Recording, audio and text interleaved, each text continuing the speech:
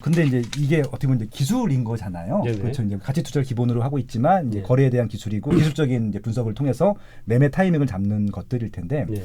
이게 이제 국내 주식일 텐데 지금 보면 해외 주식도 이제 투자를 많이 하잖아요. 네. 해외 주식을 투자하는데도 좀 이게 좀 적용이 될까요?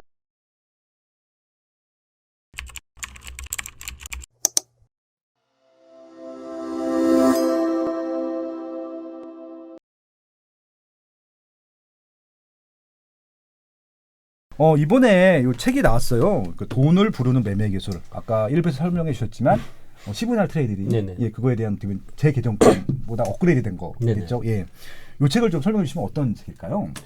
뭐 일부에서 말씀을 좀 드렸지만 사실 네. 제목이 매매 기술로 그냥 이제 직관적으로 좀 했는데 네네. 저는 주식 투자를 하면서 이 시그널이라고 표현을 했는데 영어로 타이미널 트레이딩이라고 하고 싶었어요. 그건 너무 좀 어려울 것이다 라고 해서 이렇게 좀 했는데 네네. 모든 주식이 이 타이밍은 분명히 중요하다고 생각을 하고요. 네네. 왜 제가 이제 이런 책을 쓰기에 이제 요구사항도 굉장히 많았지만 네. 이걸 좀 써달라고 하는 요청사항도 굉장히 많았지만요. 네. 작년에 우리가 좀 잘못 알고 있는 부분이 좀 있습니다. 물론 완벽하게 잘못 알았다는 표현은 아니지만 네. 그 중에 부연 설명이 있었어야 되는데 부연 설명 없이 우리에게 각인했던 게 하는 게 뭐냐면 네. 주식은 좋은 기업을 사서 들고 있으면 수익이 난다. 이런 인식이 작년에 너무 많았어요. 소위 말해서 좀 뭐 오해일 수도 있는데 가치 투자라는 명목으로 그렇게 설명을 했던 것들 근데 같아요. 그 부분이 네. 틀린 게 아니에요. 네. 저도 그렇게 투자하는 부분이 있으니까요. 네네. 네, 그래서 그 부분에서 뭐 제가 반론을 제시하는 건 아닌데, 네. 거기에 부연 설명이 더 필요했던 거죠. 음. 왜냐하면 아무리 내가 이 주식을 10년 동안 들고 간다 하더라도 예를 들어 보겠습니다. 지금부터 10년 동안 주식을 들고 가야 돼요. 그러면 제가 일부에서 계속 말씀드렸지만 지수가 10배 난 상황에서 여기서 사가지고 10년을 내가 들고 가야 되느냐? 그럴 바에는 난 좀 더 기다려보는 게 어떠냐라는 거죠.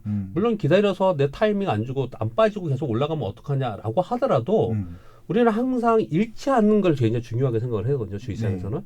잃지 않고 내가 돈을 가지고 있으면 기회가 오는 거거든요. 근데 계속해서 올라간 상태에서 내가 이걸 사가지고 그 다음에 더 올라가길 계속 기다리는 이런 매매를 한다. 우리 흔히 이런 얘기 많이 하거든요. 네. 짜장면 값이 계속 오르더니 주식시장은 계속 오른다. 이렇게 표현을 해요. 그렇죠, 그렇죠. 근데 우상향에 다시 대한, 한번 말씀을 네. 좀 드리지만 여러분들이 혹시 차트를 보실 줄 알면 나스닥이나 다우와 S&P 500의 미국의 3대 지수의 차트를 보시고요. 우리나라 코스피의 차트를 보시면요. 제가 아까 말씀드릴 때 지금 차트가 없으니까 말로 한번 천천히 설명 드려볼게요. 2007년도에 리먼 브러더스 사태, 그 서플란 모기존 사태에서 08년도에 글로벌 금융위기가 생겼지 않습니까? 네. 그리고 곧바로 원위치를 했어요. 그리고 나서 미국의 3대 지수는 그냥 수직으로 계속 우상향하고 올라갔습니다. 우리나라는 어땠냐면요. 그 당시에 2000포인트 살짝 위였어요. 네. 그래서 892포인트가 선물 하한가가 날 있었어요. 900포인트까지 갔다가 그 다음에 곧바로 1800, 2000까지 왔어요. 그리고 나서 우리나라는 7년 동안 옆으로 갔습니다. 못 두고 2000포인트에서 7년 동안 있었어요. 네네. 그랬다가 2016년 이후에 2017년도에 이제 비로소 이제 넘어섰어요. 그걸 넘어서가지고 그 당시에 2,600포인트였나요? 고점이? 뭐 그 정도까지 올라섰습니다. 그리고 올라섰다가 작년에 이제 내리맞고 2년 빠졌다 내리맞고 지금 이제 3,200포인트, 3,100포인트에 있는 거거든요. 네. 우리나라 무슨 말씀을 드리려고 하냐면요. 우리나라는 우상향하면서 그 시장이 가지 않고 그래서 우리나라가 힘든 거예요. 우리 시장은 과거에는 500에서 제가 처음에 입사했을 때는 500에서 1000포인트 박스권에 있었어요. 네. 10년 이상을. 그러다가 외환위기를 맞고 나서 그리고 나서 한번 업그레이드 돼가지고 1000에서 2000에서 있었어요. 그러다가 글로벌 금융위기를 맞고 또 빠졌다가 그 다음에 다시 2000에서 3000 요 사이로 이게 업그레이드 된 거예요. 그렇죠. 이 기간이 거의 30년의 기간입니다. 이 단계마다도 한 10년이 넘는 기간이 생긴 거고요. 그러니까 다른 나라 비교해서 좀 긴 편인 거죠. 예. 많이 긴 거죠. 그것도 길고 예. 이 박스권에 갇혀 있는 기간이 너무 많아요. 그러니까. 예. 예. 그러니까 이 주식을 계속 들고 있으면서 5년, 10년 동안 손실 상태에서 있을 개연성이구나. 그럴 개연성이 우리나라는 상당히 있어요. 지금 여기서 잘못하면은 네. 굉장히 오랫동안 여기 그냥 있을 개연성이 있다라는 거죠. 그렇게 본다면 네. 내 그 리스크를 감수한다면은 감수하기 위해서는 차라리 그냥 좀 더 기다려서 보수적으로 적절한 타이밍에 오히려 내가 10년을 바라보고 한다 하더라도 그런 타이밍을 좀 기다리는 게 어떤가라고 생각을 하는 거거든요. 제가 이 표현을 들었을 때 여러분들이 만약에 공감이 되신다면 그래서 주식은 타이밍이 중요한 거예요. 타이밍이 있는 거거든요. 똑같은 주식을 10년 동안 들고 가더라도 최대한 남들보다 싸게 사는 게 중요하지 않습니까? 그리고 남들보다 좀 고점에 팔아서 그리고 팔고 나서 다시 좀 뭐 새롭게 하는 것도 해야 되죠.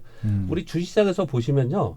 과거에 한가닥 한 사람들 많습니다. 주식으로 100배라 가지고 옛날 IT 버블 때 나 그때 30억이었는데 막 이런 막 술 한잔 먹으면서 얘기하시는 분들 형님들 많아요.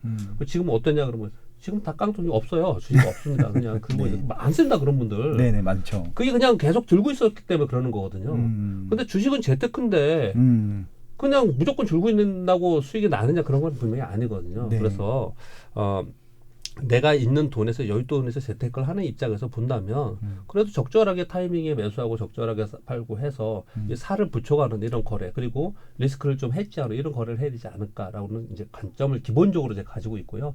한 가지 더 말씀을 드리는 거는 뭐냐면 제가 타이밍이라고 시간을 자꾸 얘기하는 이유는 뭐냐면요. 모든 주식은 그 시간의 개념을 좀 가지고 있는데 그 중에 하나 가장 중요한 제 마인드 하나 말씀을 드리면요. 시간이 길면 한번 여쭤보겠습니다. 어려운 질문은 아닐까요? 네네네. 삼성전자를 하겠습니다.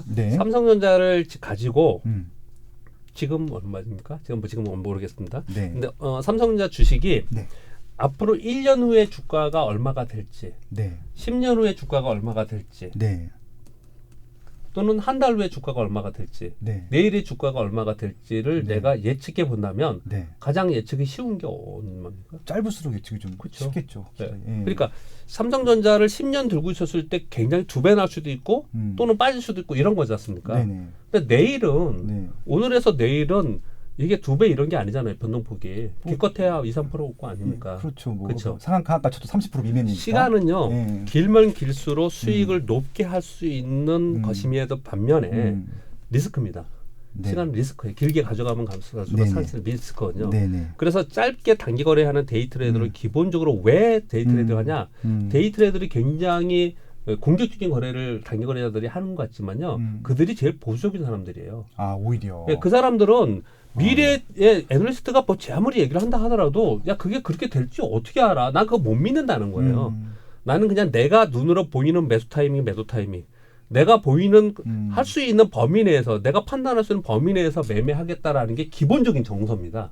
기본적인 정서. 거기부터 출발하는 게 이 단기 거래의 매매 타이밍이거든요. 근데 제가 이 책에선 단기 거래를 여러분께 소개해드리려고 했던 건 아니고 그런 개념을 가지고 단기 거래를 했던 사람들이 스캘퍼들은 하루에 100번 매매하는 사람도 있습니다. 하루에요? 웃기죠. 하루에 100번도 매매를 합니다. 실제로 그렇게 하는 사람들이 과거에 많았고요. 그런데 그 사람들이 그렇게 수없이 많이 거래를 하면서 뭔가 주식시장에서 신호를 찾았겠죠. 공통된 어떤 일관성이 있는 어떤 신호가 있었겠죠. 그런 신호들이 확장돼가지고 장중에 분봉으로 볼 때를 확장돼서 일봉과 주봉과 월봉으로 보면은 사실 개념 비슷한 거거든요. 그런 개념을 가지고 우리가 장기 투자하더라도 어떤 타이밍을 좀 잡아보자. 그것을 이제 기본 가치를 깔고서 책을 썼다고 보시면 될 것 같습니다. 야, 이 책에 대한 신뢰도가 또 올라갔네요. 1부에서는 부자님에 대한 신뢰도가 올라갔고 2부에서는 책 설명만으로도 충분히 공감할 수 있는 분들이 많아지셨을 것 같습니다. 근데 이제 이게 어떻게 보면 이제 기술인 거잖아요. 그렇죠. 이제 가치 투자를 기본으로 하고 있지만 이제 거래에 대한 기술이고 기술적인 이제 분석을 통해서 매매 타이밍을 잡는 것들일 텐데 이게 이제 국내 주식일 텐데 지금 보면 해외 주식도 이제 투자를 많이 하잖아요. 해외 주식을 투자하는데도 좀 이게 좀 적용이 될까요? 어떨까요? 저는 다른 건 몰라도 지금 이 책의 매매 타이밍에 대해서는 전 세계 어떤 주식이든 대한민국 어떤 주식이든 다 똑같이 적용할 수 있다고 생각하고요. 향후 10년, 20년 후에도 적용할 수 있다고 생각합니다. 자신 있습니다. 이게 멋집니다, 진짜. 아니 왜 그러냐면 정말 오랫동안 매매를 했고요. 이거는 해외 주식이든 우리나라 주식이든 대형주든 소형주든 뭐 상관없이요. 주식은 어떤 기본적인 어떤 흐름이라는 게 분명히 있고 그렇죠. 왜 주식은 흐름이라는 게 있냐면요. 사람이 하는 거기 때문에 그렇습니다. 제가 좀 표현을 사람이 하는 짓이라는 표현을 좀 쓰거든요. 어떤 주식은 올라가면 상한가예요. 어떤 주식은 올라봤자 맨날 2% 3%고요.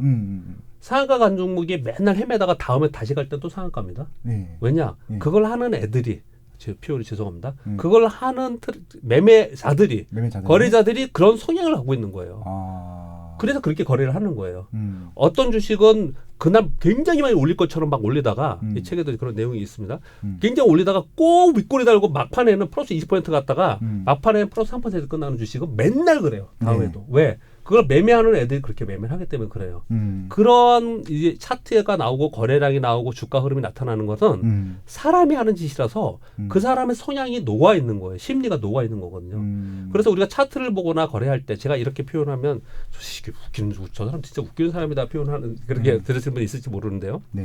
지금은 뭐 저도 나이도 좀 먹고 그 정도는 아닐지 모르지만 거래 이렇게 하고 있잖아요. HTS에 보잖아요. 네. 그 내 이 주식을 오늘 나 이거 오늘 매수 타이밍이 나올 것 같은데 나 준비하고 있다 사야겠다 이렇게 생각을 해요. 네. 근데 매수 매도가 막 이러면서 그날 거래가 막 체결이 되잖아요. 그쵸. 이렇게 보고 있으면은 이 전선을 타고 내 컴퓨터가 있으면 전선을 타고 저쪽에 누군가 막 무수히 다수가 거래를 하고 있을 거 아니에요. 그렇죠. 뭐 수만 명이. 근데 이렇게 보면서 야 이들이 오늘 얘네들이 지금 팔려고 하는구나. 애들이 오늘 이거 지금 살려고 하는구나. 이거 오늘 얘들 관망하면서 야 이거 뭔가 좀 재고 있는데 이게 느껴진다는 거예요. 그 체결되는 걸 보면서 네네. 계속 그 주식을 보면요. 아마 이거 제가 여러분들이 한 개 주식을 오랫동안 거래하신 분들은 네. 그 주식 오늘 거래되는 거 보면 이게 오늘 오를지 내릴지 감이 잡힐걸요. 그런 게 분명히 있다는 거예요. 그게 네. 무엇이냐. 사람의 심리가 투영되어 있기 때문에 그렇다는 거예요.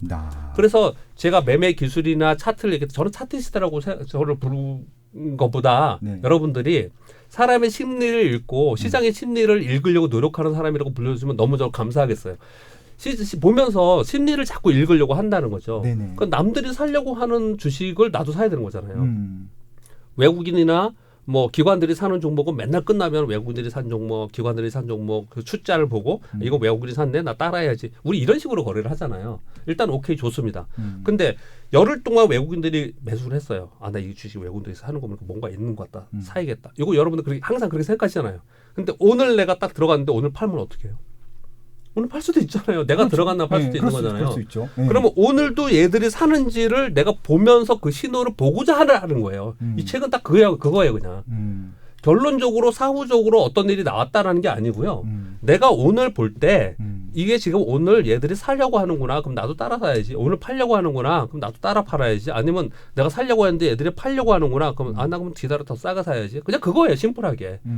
시장을 계속 보다 보면 종목을 계속 보다 보면 그걸 좀 심리를 읽을 수 있다라는 거죠. 그거 심리를 오랫동안 제가 매매를 한 것에 대해서 어느 일정 정도 어떤 정형화해서 단순화해서 이렇게 말씀을 드리는 것이고요. 일부에서 또 말씀을 드렸지만 그렇다고 해서 이걸 이대로 계속했다고 해서 모든 분들이 돈을 버는 건 아닐 수도 있단 말이에요. 그렇겠죠, 당연히. 그렇죠. 그러니까 그걸 보면서 저는 예전에 교육을 제가 했다고 그랬지 않습니까? 네. 처음에는 한 100만 원 정도 거래를 하세요. 100만 원 수업료, 우리 수업료라는 얘기 하거든요. 네. 작년에 우리 주린이 분들 동학개미 운동으로 들어오신 분들 그 수업료라는 개념이 없을 수도 있어요. 왜냐하면 들어오자마자 다 벌었기 때문에. 그렇죠. 4월 이후부터 다 벌었죠. 근데 그 수업료를 왕창 돈을 넣어가지고 수업료를 몇 천만 원 1억씩 깨먹으면 안 되잖아요. 그러니 한 100만 원의 수업료를 생각을 하시고 100만 원 가지고 여기 있는 걸 거래를 한번 해보세요. 그럼 아마 한 3개월 정도만 돼도 충분히 저는 익힐 수 있다고 생각하거든요. 자, 여기서 또 걱정되는 얘기가 하나 있네요. 네. 내가 직장을 다니고 있어요. 그렇죠. 내 생업이 있는데 야 어떻게 주식을 맨날 그걸 쳐다보면서 내가 타이밍을 잡냐. 이렇게 얘기하실 수 있습니다. 인정합니다. 네. 인정합니다. 전업 트레이더들은 당연히 매매 타이밍을 쫙 보면서 잡을 수 있어요. 네. 근데 직장을 다니시는 분들은 그렇게 못하지 않습니까? 네. 그러니 그분들께 그렇게 장중에 보면서 타이밍을 잡으라고 제가 할 수는 없고요. 하루에 아침에 시작할 때, 점심 때, 저녁 때 세 번만 보는 거예요. 세 번만. 세 번만 봐도 이 종목이 오늘 오를 거냐 내릴 거냐 오늘 사도 되겠냐 팔아도 되겠냐 이렇게 바꾼 거예요. 전에 내가 2002년도에 썼던 책은 전업으로 꽉 봐야지만 되는 거고 이게 왜 개정판이 요번에 왜 이름을 바꿔서 매매 기술을 나왔냐면은 네네. 이번 책은 직장인들도 하루에 한 3번 정도만 어떤 신호를 보면은 이게 오늘 사도 되는 날이구나 오늘 사면 안 되는 날이구나 이런 걸 좀 익힐 수 있도록 했으니 직장인들도 하루에 한 3번 정도만 여기서 제가 제시한 바대로 그 정도만 보면은 주가 움직임을 어느 정도 좀 이해할 수 있을 거라고 저는 생각합니다. 요즘 이제 코인을 워낙 거래 많이 네네. 하잖아요. 예. 코인에도 적용할 수 있을까요?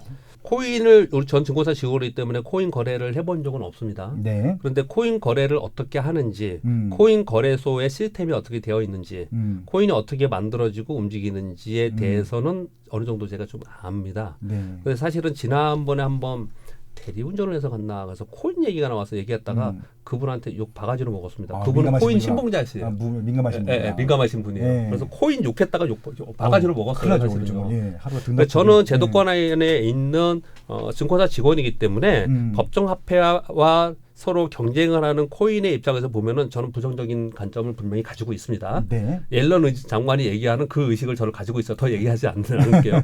그 의식을 분명히 가지고 네. 있어요. 네. 그런데 그럼에도 불구하고 코인을 하시는 분에 대해서 이해가 되고 그리고 질문에 답변을 드려볼게요. 네. 이해가 되는 부분은 뭐냐면 이런 생각이 좀 들더라고요. 지난번에 이제 마포를 지나면서 마포 옆에 있는 예전에 광창 이런 데 아파트 하나도 없었잖아요. 그렇죠. 아파트 다 올라섰는데 그게 몇 억이 아니라면서요. 뭐 몇십억이라면서요. 지금 마포구에서 솔직히 제일 비싸요. 거기. 몇십억이라고. 예, 그래서 20억 제가 정도 지나가면서 그 얘기를 예. 하면서 그러면 지금 젊은 친구들이 나 여기서 이 근처에 아파트 하나 내가 얻어야 되는데 이게 20억이다, 15억이다. 이걸 어떻게 사요? 이건 못 사는 현실적으로 불가능한 얘기잖아요. 그렇죠. 예.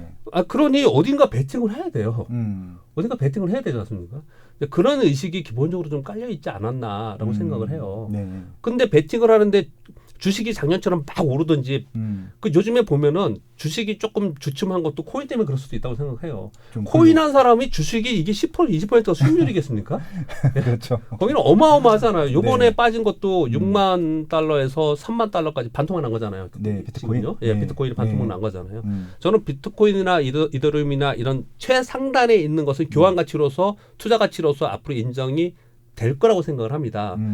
대신 제도권 안에 들어와서 합법적으로 니네들 이거 거래해라. 니네끼리 거래해라. 이렇게 될 거라고 저는 생각을 좀 하거든요. 네네. 근데 나머지 것들은 그 제가 한 얘기가 아니고요. 다단계 사기라고 누가 그렇게 여러 번 얘기를 했죠. 네.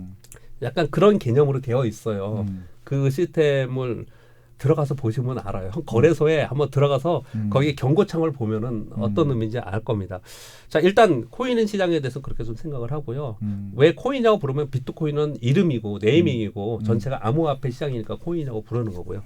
근데 거기에 이제 길적 분석으로 이제 매수 매도 막 이렇게 얘기를 하잖아요. 그렇죠, 그렇죠. 근데 이제 길적 분석이라는 건 이렇습니다. 많은 사람들이 그걸 신봉하면 맞는 거거든요. 코인 시장에서 코인 시장에 만약에 100만 명이 거래를 하고 있는데 30만 명이 길적 분석으로 거래를 하고 있어요. 네. 그러면 그건 맞을 수도 있어요. 네. 근데 많은 사람들이 길적 분석으로 보지 않고 그냥 코인 오른다 그러면 사고 내린다 그러면 팔고 이런 식으로 한다. 그러면 그 길적 분석은 안 맞겠죠. 제가 대답하기가 좀 코인은 굉장히 조심스러워서 그렇죠. 이렇게 말씀을 드리는 건데요. 네. 길적 분석으로 코인을 한다라는 거는 거짓말이죠.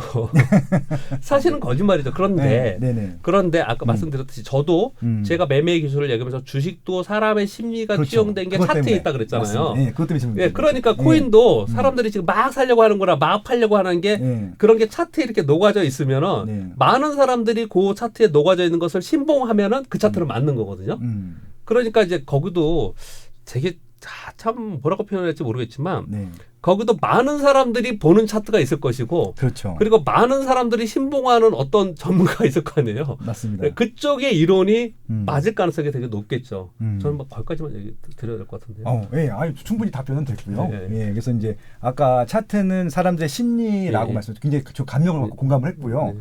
그리고 코인도 저도 코인에 대해서는 잘 전혀 몰라요. 투자도 해본 적도 없고. 근데 생각해보니까 그것도 사람 심리들이 반영이 돼 있을 것 같아서 똑같은 방식으로 아마 이 차트가 움직이지 않을까라는 생각에 한번 질문 드렸던 것들이었는데 역시 우문현답을 해주셨던 것 같습니다. 알겠습니다. 해외 주식도 많이 좀 해주시잖아요. 설명해 주시는데요. 이게 좀 이제 좀 개인적인 생각이기도 하고 또 몇몇 전문가분들도 말씀해 주셨던 것들인데 중국 주식을 도대체 믿을 수가 없다. 미국 주식을 다른 나라 선진국 주식에 비해서. 그러니까 지금 이제 어떻게 보면 이제 중국 주식 같은 경우는 이제 다른 우리나라 주식이나 다른 선진국 주식이 똑같은 잣대의 신뢰도를 갖고 투자하기가 어렵다. 네, 그런 얘기들이 있는데 그럼 개인적으로 어떻게 생각하세요? 그건 이제 중국의 첫 번째 사회주의 국가로서 정책 못 믿는 거고 지난번에 네. 그런 얘기 있었지 않습니까? 네네. 중국이 지금 부분적으로 시장 개방을 하고 있잖아요. 네네. 외국 자본이 들어와서 중국 시장을 교란하는 어떤 일이 발생이 되면 중국 시장 문 닫는다. 네. 진짜 말도 안 되는 이런 얘기를 하니까 네. 어떻게 믿고 거기를 거래를 하겠어요. 두 번째, 개별 기업의 재무제표를 또 못 믿는다는 거잖아요. 우리 맞습니다. 소위 얘기하는 봄직회계들 걔네는 아마도 많이 할 수도 있겠죠. 네네. 왜냐하면 거의 대부분의 대기업들이 공기업들이니까 네네. 그런 일이 많이 발생이 있을 수 있을 것 같아요. 그러니 이제 못 믿는다는 건 분명히 맞을 거라고 생각합니다. 네. 근데 저는 중국 기업도 그렇고 미국 기업도 그렇고 이런 관점에서 보면 좀 달라질 거라고 보는데요. 우리나라 기업에 네. 이건 이제 실제 얘기입니다. 네. 저 유럽에 있는 연기금들 있죠. 네. 미국에 있는 연기금들, 장기 투자하는 기금들, 네네. 거기에 펀드 매니저들이 운영자들이 우리나라에 기업 탐방을 와요. 네. 그래서 한 2주짜리, 한 열흘짜리로 이제 여기에 뭐 기업 탐방하기 위해서 출장을 오는 거죠. 그럼 몇 군데 다닐 수 있을 것 같습니까? 많이 못 다니겠죠. 한 8군데, 예. 5에서 10군데 이내로 딱 찍어가지고 온다 그러더라고요. 그렇죠. 예. 찍어가지고 거기를 기업 탐방을 하고 회의를 하고 그리고 나서 본국에 돌아가서 그리고 나서 거기서 전략 회의하고 살 거다. 그러면 얘는 한 5% 이상 사죠. 지분 5% 이상. 네. 연기금도 그렇게 사거든요. 네네. 그 외에 나머지 기업들은요. 외국인들 매매는 전부 가짜입니다. 전부 다 가짜예요. 전부 다. 우리나라 외국인들 사고 파는 거 봐. 2% 3% 지분 있는 거 있죠. 네네. 그거 전부 다 가짜예요. 알고리즘 매매거나 아니 싱가포르 홍콩에 있는 국내 펀드들이 사거나 국내 부티크들이 사거나 이런 거지. 실제로 외국인들이 그만큼 사는 게 아니에요. 그만큼 어렵거든요. 네네. 제가 왜 이 말씀을 먼저 드리냐면요. 우리가 지금 해외 주식 엄청나게 많이 하잖아요. 예. 우리가 미국의 주식을 사고 있지만 우리의 서학개미 분들이 미국에는 우리보다 훨씬 주식이 많습니다. 훨씬 많아요. 그렇죠. 어마어마하게 많습니다. 시가총액 자체도 엄청나게 다르고요. 예. 그런데 그 주식을 우리가 분석하고 살 수 있을까요? 아니에요. 그러니까 맨날 위에 있는 빵주만 사는 거예요. 우리 아는 인텔, 애플, 테슬라. 네, 맨날 그만 사는 네. 거예요. 예. 똑같이 중국도 네. 중국에 있는 맨날 대표 기업들만 사잖아요. 중국에서도 맨날 대표 기업만 사거든요. 네네. 그렇듯이 중국도 똑같이 그런 기업들 사는데 중국의 대표 기업들이 그러면 못 믿고 얘들이 막 그 중간에 막 상장 폐지되고 이러냐? 그렇지 않아요. 거의 비슷합니다. 네네. 그렇게 대표 종목의 글로벌 기업들에 대해서는 투자하는 것은 저는 문제가 없다고 생각해요. 근데 그렇지 않고 시장 전체에 대해서 의심이 좀 있는 것이고 네. 개별 기업에 대해서 투자하는 건 굉장히 위험한 거죠. 그거는 우리나라 개별 기업의 중소기업들 투자하는 거 굉장히 위험하잖아요. 위험하게 느끼시는 분들 많잖아요. 잘 모르니까요. 예, 정답입니다. 네. 자신이 없으니까. 네. 똑같이 근데 미국의 중소기업이나 중국의 중소기업에 대해서 중소형주에 대해서 우리가 투자했고 자신 있게 롱텀으로 투자할 수 있는 부분은 아니거든요. 네. 그래서 저는 어떻게 생각하냐면 너무 그렇게 복잡하게 생각하지 말고 글로벌 기업에 그냥 투자를 하는 거예요. 글로벌 기업. 네, 네. 글로벌 기업에 투자를 하는데 중국의 글로벌 기업들이 많이 있잖아요. 그렇죠. 근데 걔네들도 저는 이제 지금은 오늘 기자 분석 얘기를 많이 하고 있으니까 네. 걔네들도 차트를 보면은 움직여요. 타이밍이 있습니다. 매도 타이밍이 있고 매수 타이밍이 있어요. 저는 네. 그런 걸 가지고 거래하는 게 어떤가 생각합니다. 잘 모르는데 무조건 들고 간다? 그렇죠, 그렇죠.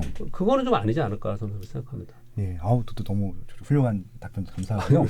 중국 주식도 이제 중국 본토에 상장한 것들이 있고 미국에 네. 상장한 것도 있잖아요. 네네. 상대적으로 그러면 미국에 상장한 게 조금 더 우리가 좀 더 투명하게 볼 수 있다고 뭐 그렇겠죠. 근데 양쪽 다 보통은 양쪽 다 상장하잖아요. 네네. 양쪽 다 상장하니까 서로 다 뭐 어느 정도 재무제표나 이런 신뢰도는 좀 가질 수 있을 거라고 생각하고요. 네. 근데 그 이제 미국에 상장을 했을 때는 미국의 상장 기업의 기본적인 어떤 그 조건들이 있었을 거 아니에요. 그 네. 조건들 통과했다는 거니까 그런 것들을 우리가 좀 신뢰하고 할 수밖에 없는 거죠. 네. 그렇게 생각합니다. 그 부분에 대해서는. 알겠습니다. 너무 정보까지 설명해 주셔서 너무 감사를 하고요. 이 방송을 아마 이제 부동산 관심층들이 좀 많이 들으세요. 그러니까 저는 이제 저희가 이 객관적인 지표로 볼 수 있는 것들이 이제 저희는 아파트라든지 SOC라든지 이런 거 건설하는 것들은 이제 개발 계획을 발표하고 실제적으로 분양도 하고 막 그렇게 하는 것들을 보는데 이번 정부에서 이제 공급 대책들을 확대를 한단 말이죠. 그래서 이제 3기 신도시도 사전 분양을 하고 이제 본격적으로 착공을 할 텐데 그렇게 되면은 이제 해당되는 건설사들이 매출이 증가하는 것들은 이제 확정이 돼 있는 것들이잖아요. 이제 그런 것들 이제 앞으로 이제 한 5년 정도 3기 신도시를 개발할 텐데 거기에 건설을 하는 기업들을 내가 좀 투자한다. 괜찮은 건가요? 그런 것들은? 근데 우리 지금 모르겠습니다. 앞으로는 어떨지 모르겠는데 네네. 그동안에 우리나라의 그 인프라 쪽이나 건설이나 쪽에는 정책이 나왔다가 그만뒀다 뭐 이렇게 실패한 적도 많고 그쵸, 그랬지 않습니까? 그래서 이 불신이 좀 있어요. 그래서 우리 건설주 중에서도요. 네네. 최근에 가만히 보면은 그동안에 가장 좋았던 데가 어디냐면은 해외 플랜트가 가장 좋았다가요. 해외 걔들이 한번 플랜트. 박살났죠. 네, 맞습니다. 그리고 네. 나서 이제 그쪽에 못 믿어요. 네. 나중에 보니까 해외 플랜트 수준은 엄청나게 많았는데 다 적자야. 막 이런 적이 그렇죠. 너무 많았거든요. 네, 돈도 못 받고. 예. 그랬다가 최근 들어서는 그러면은 주택 이제 왜 이제 구분하는 거예요? 플랜트 건설 그리고 주택 경기의 네. 건설. 네. 또 하나는 뭐냐면 인프라에 관련된 건설이 네. 있어요. 네. 요즘에 오르는 건 이제 그쪽이 좀 오르거든요. 왜냐하면 전 세계가 지금 어떻든 인프라 구축을 하려고 하는 거니까 그렇죠. 인프라 경기 부양책을요. 네. 그쪽에 좀 오르는 부분이 좀 있어요. 네. 근데 아직까지도 순수한 주택 경기와 관련된 주택 건설은 그렇게까지 크게 움직이지는 못하고 있는 그런 상황입니다. 그래서 그것이 한번 붐이 되면서 움직여야 되는데 네. 저는 아직 그 시장에서 체감적으로 느끼지는 못하고 있습니다. 왜 그러냐면 자료 자체도 이렇게 많이 나와 애널리스트들이 이렇게 관심 많이 가져서 자료가 많이 나온 상태는 아니고요. 네. 그리고 향후에 정말 그렇게 될 수 있을까? 그리고 내년에 우리 대선도 있고 네네. 그런 부분에 대해서 좀 의심하는 부분이 좀 있을 것 같은데 제가 약간 좀 민감하니까 제가 다른 각도로 한번 말씀드려볼게요. 네. 우리 금융주 중에서요. 은행주가 오르는 것에 비해서 증권주는 덜 오르거든요. 증권주가 좀 저평가 받아요. 네네. 이익에 비해서. 네네. 증권주가 저평가 받는 이유는 시장이 막 좋을 때 증권회사에서 돈을 막 벌다가 그렇죠. 안 좋고 이럴 때는 막 안 좋고 이렇게 연속성이 별로 없다라는 거거든요. 시장에서는 그 연속성을 기업 이익의 연속성을 굉장히 중요하게 생각합니다. 네, 좋았다 나빴다가 너무 차이가 많이 나니까. 그건 이제 나중에 시장 빠지거나 이러면은 야 이거 다시 안 좋아지는 거 아니야? 그래서 저평가 받는 거거든요. 네네. 지금 건설주들이 좀 그렇다고 좀 생각을 합니다. 그래서 지금 건설주들은 좀 저평가 국면에 사실은 있는 건 분명히 맞는데요. 네네. 지금 말씀 주신 것처럼 그런 정책이 나오고 그 정책의 일관성이 이렇게 보이는 그런 구간이 들어가면은 네. 이거는 사실 저보다도 여러분들이 이 방송을 보시는 분들이 저보다 더 전문가가 많이 있으실 것 같으니까 그렇게 될 거라고 판단이 된다면 그러면 주택 경기와 관련된 그런 건설주들은 아직까지 스타트를 못한 기업들이 굉장히 많이 있어요. 근데 거기 관심을 좀 가질 필요도 있다고 저는 생각을 합니다. 근데 지금 현재 제가 현업에 있으면서 느껴질 때는 거기에 대해서 확신을 갖고 보고서가 나온다든지 주가가 거기에 연동하면서 움직임은 아직까지 없다라고 보여집니다. 알겠습니다. 이것도 진짜 우문현답을 해주셨네요. 시간이 많이 다 돼서 네. 이제 마무리를 하면 좋을 것 같은데 네. 제가 이제 이 매매의 기술 책을 읽고 이제 기술적인 분석에 대해서 조금 이제 자료 찾아보고 하다 보니까 네. 말씀하신 대로 이제 이 차트라고 하는 게 사람의 심리 때문에 이렇게 네. 계속 거래가 되는 것들이 모여서 이렇게 차트가 되는 것들이잖아요. 근데 이제 투자 금액이 큰 데들 있잖아요. 네. 연금이라든지 기관이라든지. 네. 거기서 네. 좀 의도를 가지고 그렇게 차트를 만들 수 있지도 않을까요? 충분히 그럴 수는 있는데요. 거래량이 좀 이렇게 있죠. 그럴 수는 있는데 그들이 그렇게 행동하지는 않을 거라고 저는 믿고요. 네. 그렇게 믿고 싶고요. 그렇게 네. 행동하지 않을 거라고 생각합니다. 네. 그런데 이제 왜 연기금이나 기관들이 그렇게 왜 연기금이 샀다 곧바로 팔라고 왜 그렇게 느끼실 때가 있거든요. 그렇죠, 그렇죠. 왜 그러냐면 연기금도 고유가 있어요. 고유라는 부분이 있고요. 자신들이 운용하는 부분이 있고요. 그리고 네. 아웃소싱 줘가지고 운용사에 맡기거든요. 그렇죠. 그러면 이 운용사들은 연기금이 돈을 3천억을 줬어요. 네네. 그 3천억을 운용하는데 3개월, 6개월 단위로 평가를 받습니다. 평가를 받아서 6개월 짓는데 안 좋아요. 그럼 회수해요. 그럼 회수해서 또 딴 데 맡기고 이러거든요. 이거를 몇 년 동안, 5년 동안 이렇게 안 줘요. 거의 1년에 한 번씩 바뀌는 데도 되게 많습니다. 그러면 얘네들은 어떻게 해야 돼요? 무조건 이 짧은 기간에 결과가 나와야 돼요. 네. 근데 얘네들이 거래가 연기금으로 잡혀요. 연기금 돈을 줬기 때문에 그렇군요. 아웃소싱도 연기금으로 잡히거든요. 그래서 가만히 보면 연기금이 막 샀다가 또 이익 나면 한 10% 20%는 막 팔 이런 종목들이 발생이 되거든요. 이걸 액티브 운용 펀드라고 하는데 네네. 그 액티브형 펀드들이 움직일 때는 단기간에 주가가 이렇게 급격하게 움직일 수 있고요. 네. 전반적으로 연기금의 고유 자금들은 그렇게 거래를 하지는 않습니다. 한 전략을 놓고 한 지수를 이쯤 사서 이쯤 판다. 뭐 이렇게 박스를 놓던지 네. 아니면 내가 얼마까지 계속 가져간다. 이렇게 거래를 하지. 그렇게 단기 거래 거래하진 않는데 네. 아웃소싱 준대에서 그렇게 거래를 하기 때문에 우리가 눈으로 그렇게 볼 수 있고 그들은 질문에 답변을 드린다면 네. 그들은 그렇게 할 수도 있겠죠. 그게 뭐, 왜냐하면 연기금 돈이지만 연기금이 아니에요, 사실은. 그렇죠. 무슨 말씀인지 운영사들은 알겠습니다. 네. 거기 매니저들은 그렇죠. 매니저들은 붐을 좀 일으켜서 개인들도 막 들어오게끔 하고 그 주가를 좀 만들어서 자기들은 팔고 나오고 주식시장이 제가 개인 투자분들이 예전부터 굉장히 하고 싶었던 얘기가 뭐냐면 주식시장 안에는요. 다른 모든 부동산 시장도 다 그렇겠지만 주식시장 안에는 주식시장 밖에서 바라보는 것하고 굉장히 다른 메커니즘이 많아요. 별의별 게 많습니다. 소위 뭐 작전도 있고 뭐 CB를 이용한 거래, BW, 제3자 배정, 유상증자 뭐 별의별 거, 리픽싱 이런 것들을 다 이용해서 거래를 하고 그리고 거래량을 이용해서 거래하고 또 뭐 공시 나오면 일정 매매라서 거래를 하고 우리하고 생각이 다른 매매가 굉장히 많거든요. 그래서 우리 그냥 순수하게 주식시장을 바라보기보다는 주식시장은요 굉장히 냉혹한 곳이에요. 머니 게임을 하고 있는 냉혹한 곳이기 때문에 항상 의심하고 바라봐야 되고요. 그리고 주가가 오르면 주가가 오르는 곳에서 주가가 오르니까 그냥 이런 부분이 아니고 주가가 오르는 이유가 분명히 있겠죠. 근데 그 이유를 판단하기 위해서는 타이밍이 좀 늦을 수도 있어요. 그래서 이제 타이밍을 계속 얘기를 하는 건데 그때 신호를 분명히 보고 그 신호가 바뀌면 또 의심해야 되고요. 우리가 이제 거의 다 끝났다고 하니까 제가 두 가지 당부 말씀 좀 드리면요. 돈이 이제 많으신 분들도 이제 그러신 분들이 좀 있는 것 같은데 의심이 굉장히 많으신 분들이 있어요. 제가 경험적으로 주식시장에 있었을 때 느낌은 뭐냐면요. 저도 굉장히 보수적이거든요.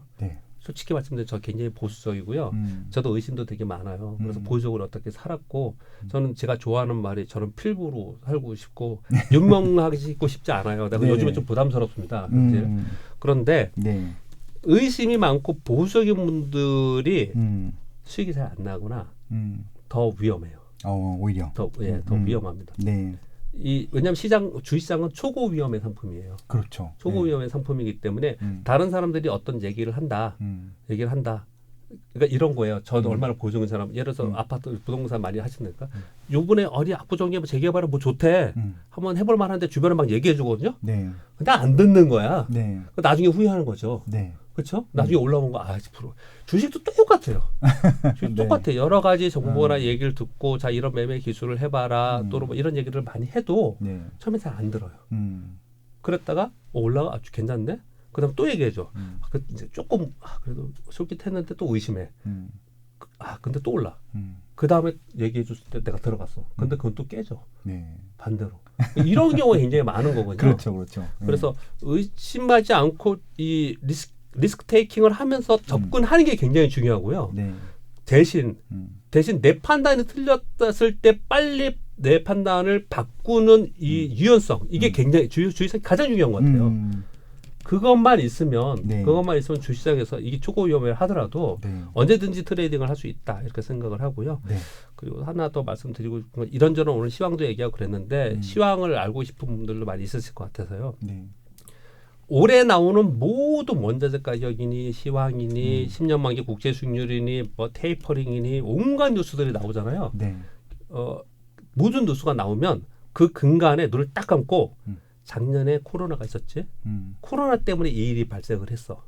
그럼 코로나가 백신을 맞고 면역체계가 어느 정도 되면은 얘가 그 다음에 어떻게 될까? 이러면 다 해결돼요. 시황도 해결되고 지금 궁금한 게 다 해결됩니다. 아까 그 질문 주실 때 요즘에 뭐 철강 가격 이런 경기민감도 많이 올랐잖아요. 이거 많이 올라서 부담스러운데 어떻게 되느냐. 아까 그 대답 머릿속에 있었는데 대답을 못 드리고 이제 갔는데요. 그런데 철강 가격이 이렇게 많이 오르는 게 정말 경기가 막 좋아져서 올랐나요? 아니에요. 아닙니다. 돈은 풀려 있죠. 근데 작년에 코로나 때문에 봉쇄령이 있었죠. 공장은 못 돌아갔죠. 돈은 있어갖고 수요는 사겠다는 사람은 많은데 공급은 없는 거잖아요. 그걸 한마디로 우리가 쇼티지라고 표현하잖아요. 이 쇼티지 때문에 가격이 다 오른 거예요. 지금 모든 가격들이 쇼티지 때문에 오르는 거예요. 그러면 이 쇼티지가 해소되면은 끝나는 애들이 있어요. 얘네들은 하면 안 돼요, 이제. 얘들은요. 그러네요. 이 쇼티지가 끝나면 근데 이 쇼티지가 끝나도 계속 성장하는 애들이 있잖아요. 얘네들은 괜찮아요. 들고 있어도 된다고요. 그런데 이 모든 걸 코로나로 딱 생각을 하고 거기부터 출발했다, 이 문제가. 코로나로 인해서 쇼티지가 발생했고 이 쇼티지 때문에 이런 일이 발생이 됐으니 이게 계속 쇼티지 때문에 발생된 거는 계속 이대로 가는 건 아니란 말이에요.